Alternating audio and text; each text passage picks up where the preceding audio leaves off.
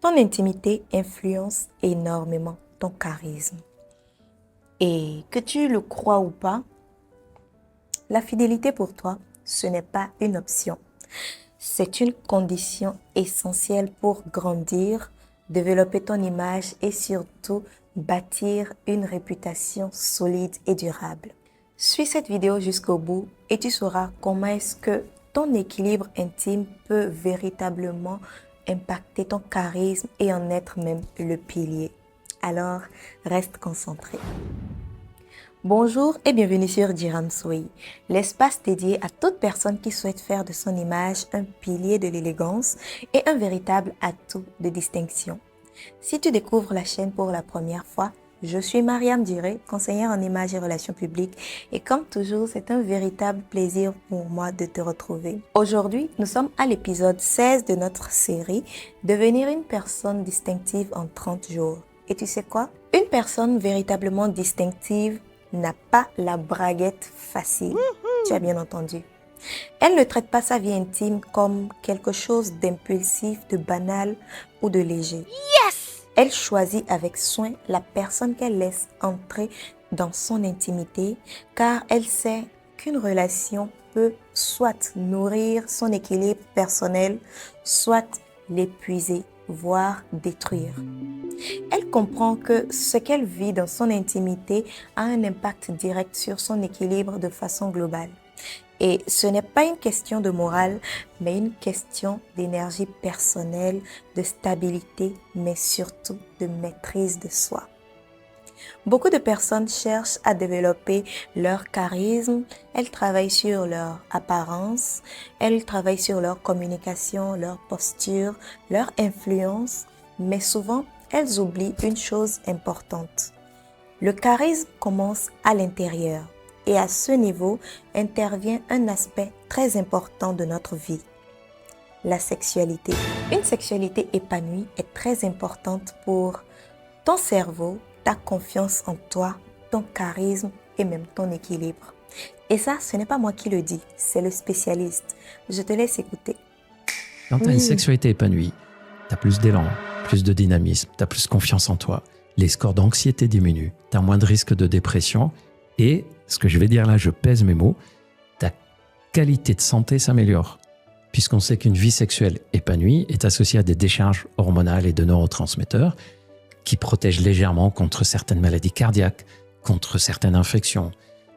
On sait que chez les femmes, par exemple, ça augmente le système immunitaire. On attrape moins d'infections, de grippe, etc. Donc, je sais que c'est pas que du sexe, quoi. Donc, voilà. C'est certainement la raison pour laquelle, quand une femme prend son pied, quand elle prend véritablement son pied, tout le monde est content. Et c'est peut-être valable du côté des hommes aussi. Je l'ignore. Quoi qu'il en soit, lorsqu'une relation intime est harmonieuse et respectueuse, elle peut laisser une sensation d'apaisement, de bien-être et surtout d'alignement chez chacun des partenaires. Dans certaines approches du développement personnel, on considère d'ailleurs que la sexualité influence énormément l'état intérieur ainsi que l'énergie émotionnelle d'une personne.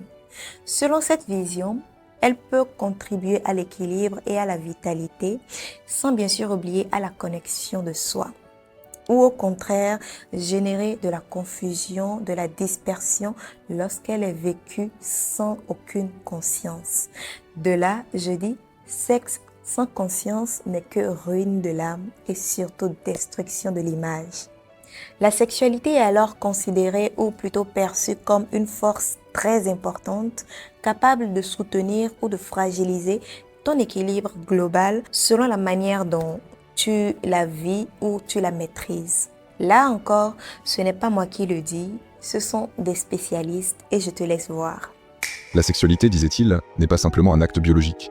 C'est une expression du psychisme, une façon pour l'inconscient de se manifester, de murmurer à travers les pulsions, les rêves, les fantasmes et les élans qui nous traversent, sans qu'on en comprenne toujours l'origine.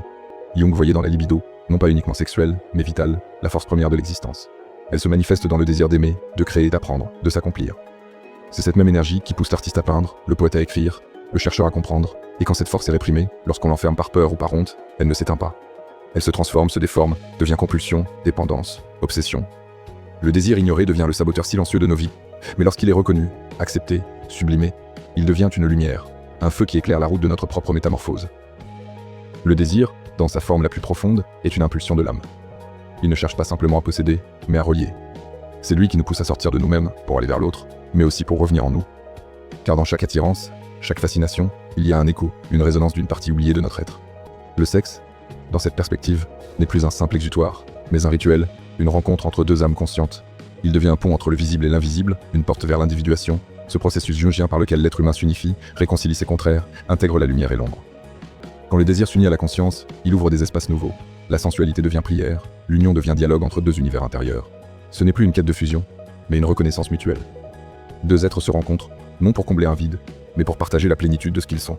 Et dans cet espace sacré, le sexe retrouve sa nature originelle, un acte de création, d'amour et de connaissance. Finalement, le désir n'a jamais été une fin.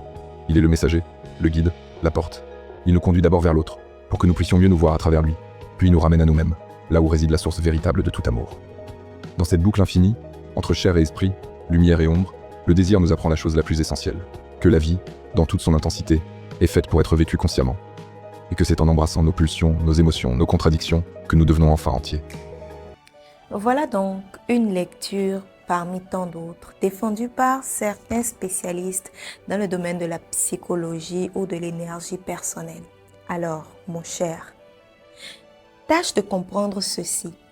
Lorsque ta vie intime est désorganisée, avec des relations sans cadre, sans clarté ni stabilité, cela ne se perçoit peut-être pas immédiatement, mais ça se ressent au quotidien, dans ton quotidien, car tu manques de concentration, tu manques de discipline et tu manques surtout de clarté mentale, sans bien sûr oublier la perte de direction et parfois une chute drastique de ton charisme.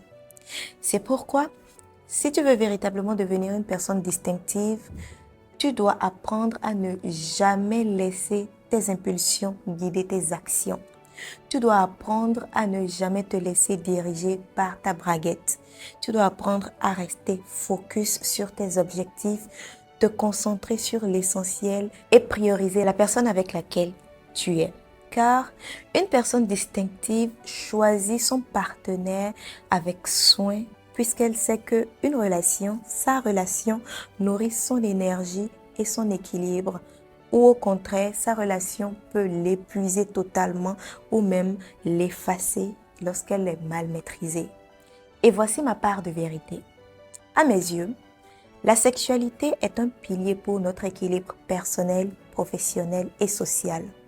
Lorsqu'elle est vécue avec maîtrise, avec respect et surtout engagement envers notre partenaire, elle devient alors une source de stabilité, d'alignement et surtout ce qui nous permet de grandir et d'atteindre nos objectifs.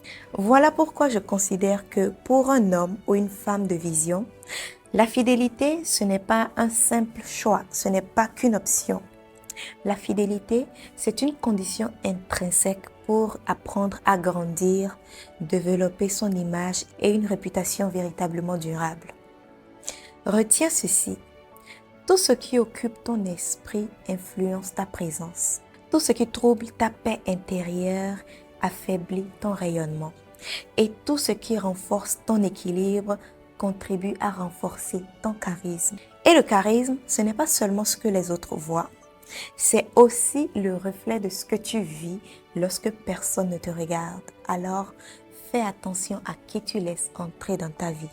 Pas seulement ton cercle d'amis, pas seulement dans ton environnement professionnel, mais surtout dans ton intimité.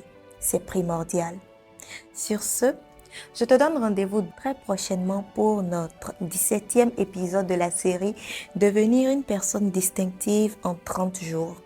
Et je t'informe déjà que les épisodes prochains, les 3 ou 4 épisodes prochains seront essentiellement basés sur notre énergie sexuelle, l'impact de notre intimité, de l'organisation de notre intimité sur notre image et surtout pourquoi est-ce qu'on ne doit jamais négliger cet aspect de notre vie. Sur ce, je t'invite à t'abonner si ce n'est pas encore fait, puis à activer la cloche de notification pour ne manquer aucun de nos rendez-vous. Je suis Mariam Diré, celle qui te permet de faire de ton image un véritable atout de distinction. D'ici là, Porte-toi bien. Merci et à très bientôt.